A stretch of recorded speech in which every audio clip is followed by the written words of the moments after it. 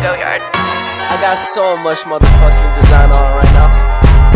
Break it down, bring it back, make it clap. I got 3 old thoughts, new guap, where that thing. Bitches on my line, and you know they come strapped. Hold up, what it not, 45, scope it cash like whoa. I ain't fucking with these hoes, I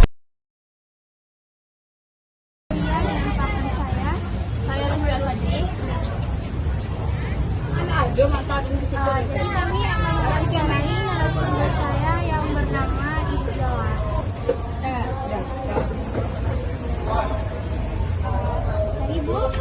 Ibu pernah nggak mengalami kenaikan harga beras? Pernah, baru-baru ini. Harganya berapa biasanya Pak? Biasanya ibu beli beras anak darus, sekarungnya 160, sekarungnya 100.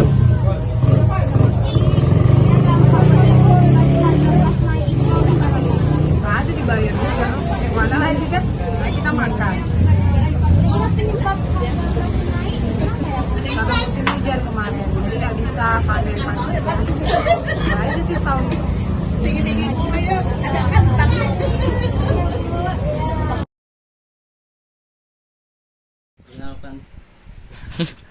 Perkenalkan diri dulu. Oh iya.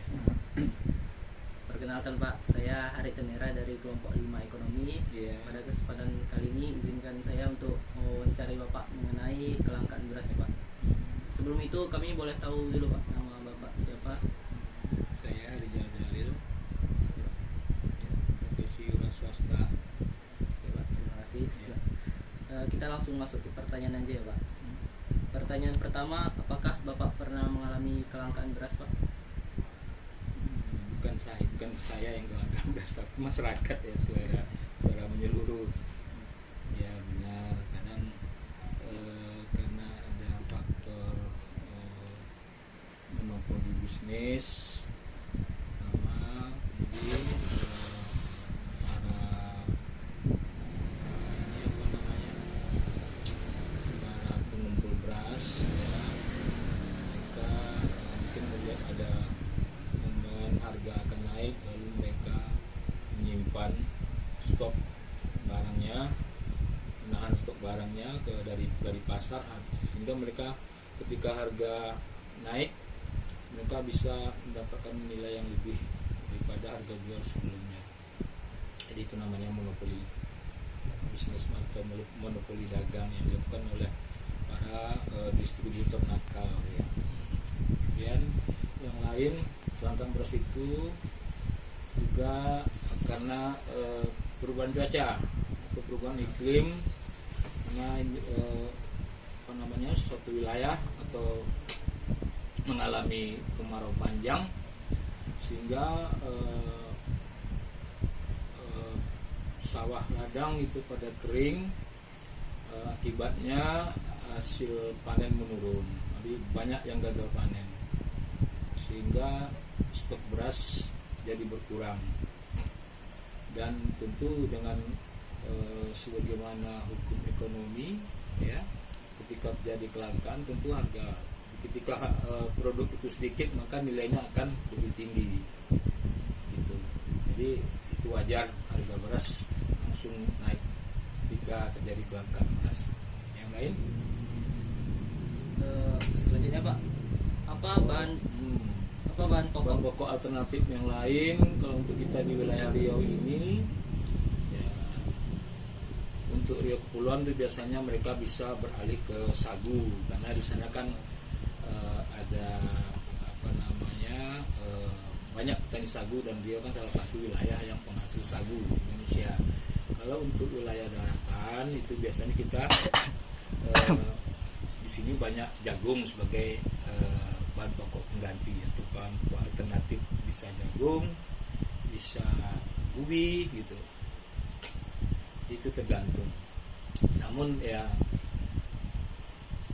untuk saat ini belum sampai lah kita mengalami kelangkaan sampai tidak menemukan beras di pasaran gitu. Pertanyaan terakhir nih Pak, menurut Bapak apa yang sebaiknya dilakukan pemerintah terhadap kelangkaan beras ini? Di sini pemerintah sebenarnya harus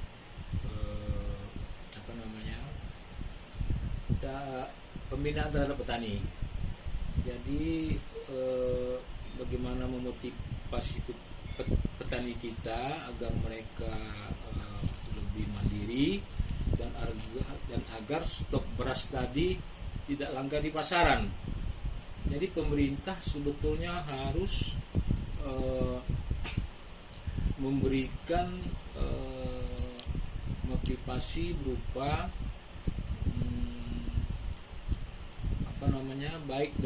baik mulai daripada bibit ya, bibit unggul sampai dengan kesediaan lokasi tanam atau persawahannya, sampai dengan sarana prasarana untuk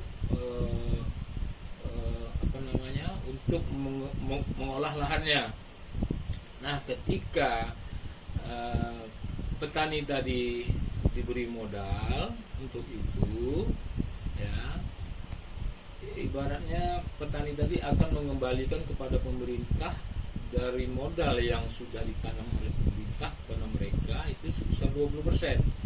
Jadi ketika mereka panen, hasil panennya tadi 20% adalah untuk membayar modal yang sudah ditanamkan oleh pemerintah dalam usahanya tadi.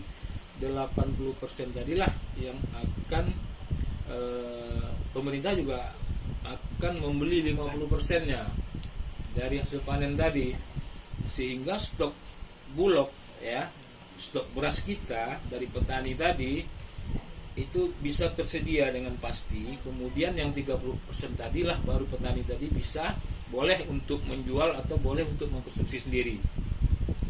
Dengan begitu harga beras di pasaran juga akan normal karena tidak terjadi monopoli pasar. Itu menurut saya, tergantung pemerintahnya bagaimana menyikapi. Nah, mungkin itu sedikit saja pertanyaan dari kami, Pak. Terima kasih ya, Pak. Oke, terima kasih banyak. Iya.